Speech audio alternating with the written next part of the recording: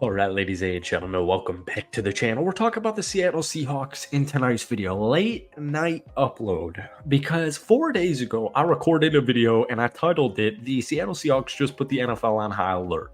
And a lot of people took it, really negative light. And I'm not necessarily saying Seahawks fans, but if you guys could tell kind of just the discourse, the discussion after week one is everybody's a critic. And I'm not saying that about the Seattle Seahawks. I'm just saying, is nitpick city for week one, whether you win or lost a football game.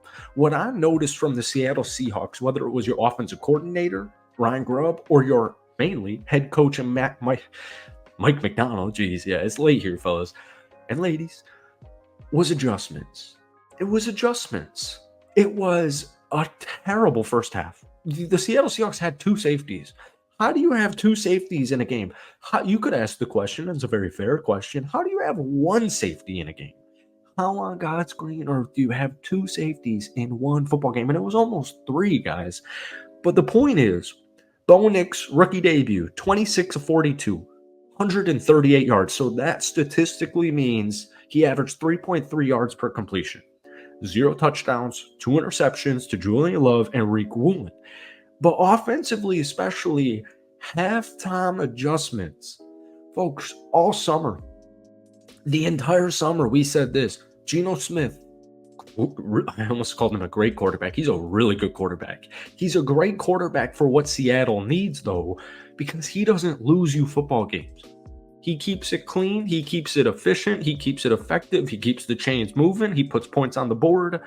But what a lot of people don't realize is how dysfunctional the coaching was last year. So before we get any further into tonight's video, because it's kind of turning into a rant, it's not going to be a rant, hit that like button, hit that sub button for daily NFL content along with, we're posting like 3 or 4 Seahawks videos a week right now. Seahawks fans, love you guys as always. If we try and get this video to 100 likes, that would mean the absolute world to me.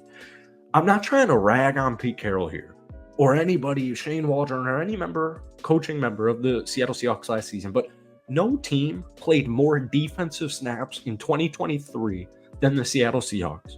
No team played fewer offensive snaps than the Seattle Seahawks last season.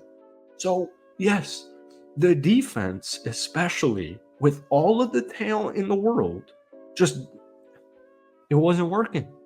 And to me, it was a coaching issue. And I'm not a coach, but we knew Mike McDonald, the day he arrived in Seattle, was about to get this defense playing at the level that we all know they're fully capable of playing.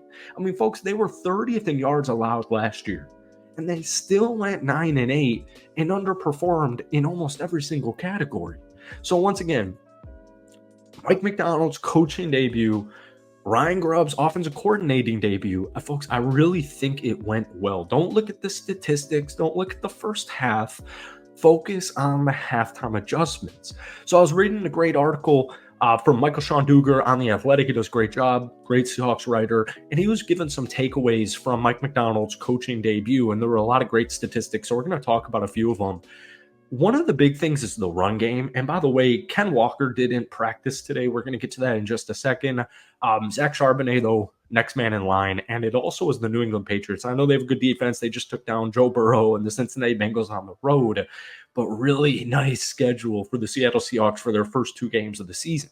But in the first half this past Sunday, Ken Walker had 19 total yards on 7 carries. Zach Charbonnet, nothing crazy, 3 yards on only 2 attempts. Seattle was down 13-9, right? 2 safeties. Once again, 2 safeties. So 9-9 essentially. Geno Smith pretty much had the only offensive highlight, and George Fant, right tackle, went down almost right away. Geno Smith threw an interception on his first throw of the game. 34-yard touchdown run was literally pretty much the only highlight of the offense in the first half. Ken Walker in the second half, 84 yards and a touchdown on 13 carries. Then obviously in the fourth quarter, he was taken out of the game due to that ab injury or oblique injury. And yeah, it's not looking great for Sunday, but we'll know the firm answer tomorrow. But it also opened up the passing game. Geno Smith, who once again is not going to lose you football games, Second half, Geno Smith, 10 of 13 for 112 yards and that 30-yard touchdown pass to Zach Charbonnet. He threw for only 171 yards on the day, so you do the math, 112 in the second half. That's the Geno we know we expect, all right? Ryan Grubb said right out of the get-go when he was officially hired as the offensive coordinator for the Seahawks, we're going to run the football. And that's exactly what they did in the second half. Also, Charles Cross had a phenomenal game. Another thing he pointed out, Michael Sean Duker pointed out, was matchup hunting. So the Seahawks have one of the best wide receiver trios in the NFL, if not the best. And then you also throw in Noah Fant, extremely underrated, very high productive football player. Ken Walker, Zach Charbonnet, both of them can catch. Zach Charbonnet, phenomenal catching the football. But a lot of people were anticipating DK, Lockett, and JSN to have these crazy seasons. What I'm kind of expecting based on week one is I feel like each player each week is going to have a crazy game because DK Metcalf, Pat Surtain was guarding him. So very quiet day, 3 catches, 29 yards on 4 targets. Tyler Lockett missed all of training camp, and people were already writing this dude off. People were throwing him in every single trade possible the entire offseason, saying Seattle's moving on. They have JSN now. They don't need Tyler Lockett. 6 catches, team high 77 yards on 7 total targets. You're going up against second-year cornerback Riley Moss. That was his first ever NFL start. Matchup hunting, right? Matchup hunting, just Ryan Grubb being smart. And then finally, I want to touch on this. Speaking of Ryan Grubb being smart, Mike McDonald was very aggressive situationally. First half, touchdown run, Geno Smith, 9-8 lead, about 6 minutes left in the second quarter. They went for 2 because mathematically or statistically or analytically or whatever, it seemed like, a good idea to get a 3-point lead heading into halftime. They went for it on the 2-point conversion. They ultimately did not convert it, but still, I like the aggressive nature. I think it's something that Shane Waldron and Pete Carroll were lacking specifically in the last 2 years, but especially last year. And then finally, we have the most important play of the game. 3rd and 6, 26-20 lead. There's a minute 48 on the clock. You're at your own 34-yard line, and they draw a pass. A perfect crosser to Tyler Lockett, beautifully thrown. And Mike McDonald had this to say after the game.